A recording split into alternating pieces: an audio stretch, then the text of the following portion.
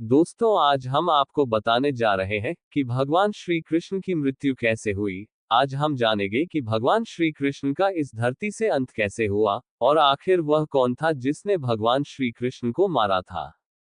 एक विस्तृत कथा के माध्यम से जानते हैं। ये कथा श्रीमद् भगवद गीता पर आधारित है। कृपया ध्यान से सुने और आप सभी से अनुरोध है कि कथा को पूरा अंत तक सुने, बीच में अधूरा छोड़कर जाने की गलती बिल्कुल भी न करें।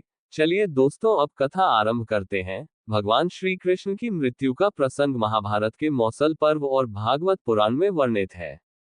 ये कथा केवल एक मृत्यु की घटना नहीं, बल्कि संपूर्ण यदुवंश के अंत और द्वारका के विनाश की कहानी भी है।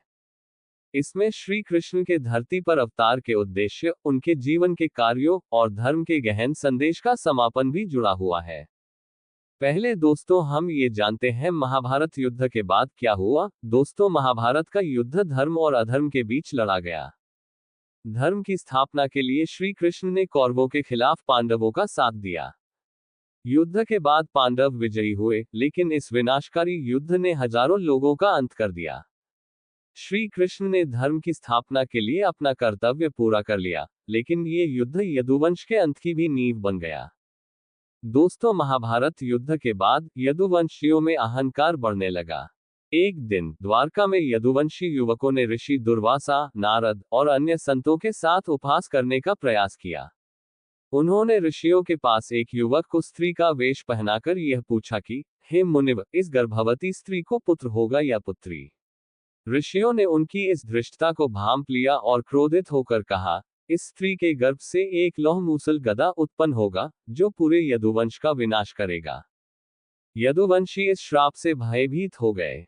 जब उस स्त्री के गर्भ से वास्तव में एक लोहे का मूसल निकला, तो उन्होंने उसे चूर चूर कर समुद्र में फेंक दिया। लेकिन समुद्र किनारे उगे सरकंडे इस लोहे के टुकड़ों से लोहित हो गए, जो बाद में यदुवंश के विनाश का कारण बने। दोस्तों, कुछ समय बाद यदुवंशी प्रभास क्षेत्र में एक उत्सव के लिए एकत्र हुए। इस अवसर पर उन्होंने अत्यधिक मदिरा का सेवन किया और उनके बीच पुरानी शत्रुताएं उभर आईं। नशे में चूर होकर वे एक दूसरे से विवाद करने लगे। जब विवाद बढ़ा, तो वे समुद्र किनारे उगे सरकंडों को तोड़कर उन्हें हथियार बनाकर आपस में युद्ध करने लगे। इन सरकंडों में लोहे के कण थे, जो मूसल से बने थे। अंततः इस युद्ध में सभी यदुवंशी मारे गए, यहाँ तक कि श्री बलराम जी ने भी शरीर त्याग दिया और योग के माध्यम से अपनी लीला समाप्त की। और फिर यदुवंश का नाश देखकर भगवान श्री कृष्ण ने समझ लिया कि उनका भी पृथ्वी पर अवतार समाप्त होने का समय आ गया है। वे द्वारका से निकलकर एक वन में चले गए। वहां वे एक वृक्ष के नीचे बैठकर ध्यानमग्न हो गए। दोस्तों, इसी दौरान एक बहेलिया जिसका नाम जर था, शिकार करने के लिए वन में घूम रहा था। उसने दूर से श्री कृष्ण के पैर के अंगूठे को हिरण की आंख समझ लिया और तीर चला दिया। वह तीर सीधे श्री कृष्ण के पैर में जा लगा। जब बहेलिया पास आया और देखा कि उसने भगवान को घायल कर दिया है, तो वह अत्यंत भयभीत हो गया और क्षमा मांगने लगा। श्री कृष्ण मुस्कुराए और कहा, घबराओ मत, ये सब पूर्व निर्धारित है। तुम वही जर हो जो अपने पूर्व जन्म में बाली थे। मैंने रामावतार में तुम्हें छल से मारा था, और आज यह उसी कर्म का फल है। इसके बाद दोस्तों, श्री कृष्ण ने बहेलिया को क्षमा किया और अपना दिव्य स्वरूप प्रकट किया। उन्होंने समझाया कि उनके इस शरीर का अंत अवश्यंभावी था, क्योंकि अवतार का उद्देश्य पूरा हो चुका था। तदुपरांत श्री कृष्ण ने योग मुद्रा में बैठकर अपनी आत्मा को अपने परमधाम वैकुंठ में भेज दिया।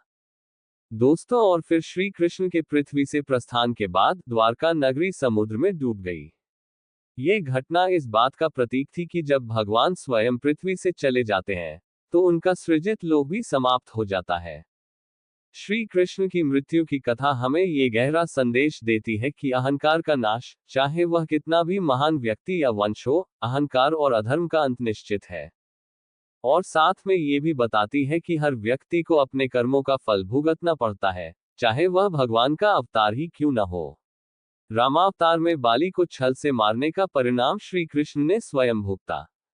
दोस्तों, भगवान श्री कृष्ण का जीवन और उनकी मृत्यु ये सिखाते हैं कि धर्म की स्थापना के लिए हर युग में परिवर्तन और विनाश आवश्यक होता है। जीवन और मृत्यु का चक्र। ये कथा इस बात को भी स्पष्ट करती है कि जीवन और मृत्यु प्रकृति के नियम हैं, और भगवान भी इस चक्र के अधीन रहते हैं।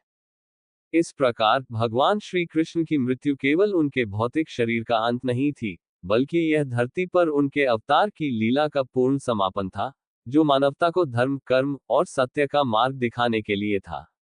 दोस्तों, आज का ये वीडियो अब यही समाप्त होता है। आपसे निवेदन है कि वीडियो को लाइक और चैनल को सब्सक्राइब अवश्य कर लिया करें, ताकि हम आगे भी ऐसे ही ज्ञानवर्धक वीडियो आप तक भेजते रहे। और हाँ, कमेंट में जय श्री हरि अवश्य लिखें। धन्यवाद दोस्तों।